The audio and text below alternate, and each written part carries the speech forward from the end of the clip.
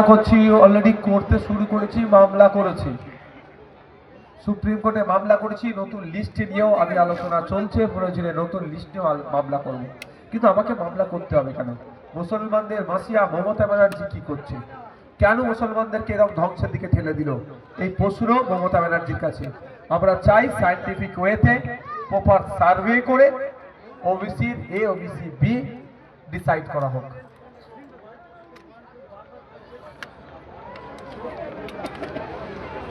আমার সাথে এরকম কোনো অফিসিয়ালি কন্ট্যাক্ট করেনি। মাইকে কোথায় কি বলেছে আমার কাছে এসে পৌঁছায়নি। ভাই আমি কি বললাম এখন আমাদের জানায়নি। যেমন আমরা বিজেপি তৃণমূলকে হারানোর জন্য অনেক আগে সিপিএম কংগ্রেসদেরকে, লেফট ফ্রন্ট কংগ্রেসকে চিঠি দিয়েছি ইমিডিয়েট বসার জন্য। বসেছে, আলোচনা চলছে। লেফট ফ্রন্ট আর কারো কিছু করছে